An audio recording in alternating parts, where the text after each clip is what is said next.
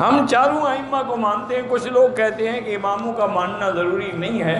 تو امام اگر نہیں ہوگا تو پھر اب دیکھیں نا، اب نماز پڑھیں گے، امام ہوگا یا نہیں ہوگا؟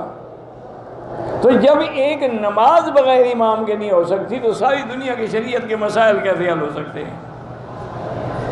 اسی طرح ایک دفعہ مولانا ثناء اللہ امرسری اہل حدیث علماء کے بڑے علماء میں سے گزرے ہیں، اللہ ان کی قبر پہ کروڑوں رحمتیں فرمائے.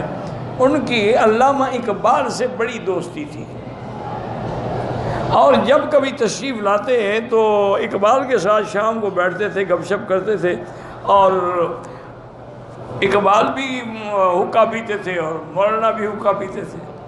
بہرحال اللہ مغفرت فرمائے. تو ایک دن ایک آدمی آیا، حضرت مولانا ثناء اللہ کو ملا، اور اس نے تقلید کا مسئلہ پوچھا کہ کسی امام کی تقلید کرنی ضروری ہے یا نہیں ہے. اس پر مولانا ثناء اللہ صاحب نے جناب آیات قرآن اور احادیث اور تو سارے دلائل پیش کیے کہ تقلید جو ہے یہ تو کافر تقلید کرتے تھے اپنے باپ دادے کی، یہ تو شرک ہے. بہرحال علامہ اقبال سنتے رہے.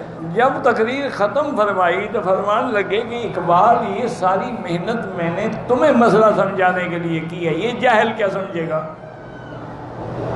تمہیں سمجھ آیا مسئلہ؟ انہوں نے کہا جی مجھے تو سمجھ آیا ہے کہ اگر تقلید نہ ہو تو چون صلاۃ بے امام، پھر کیفیت ایسی ہوگی کہ نماز تو ہو لیکن امام نہ ہو، تو کوئی رکوع میں پڑھا ہوگا، کوئی سجدے میں پڑھا ہوگا، امام کے بغیر تو نماز ہی نہیں ہوتی. اور اس نے کہا تمہیں خدا سمجھا سکتا ہے، ہم نہیں سمجھا سکتے. تو بہرحال تقلید بھی ضروری ہے، رفع یدین نہ کرنا بھی حدیث ہے حضرت عبداللہ بن مسعود کی، جو کرتے ہیں جھگڑے نہ کرو، بلا وجہ ایک دوسرے پر کیچڑ اچھالی نہ کیا کرو. من مکہ حبیبی نور سطع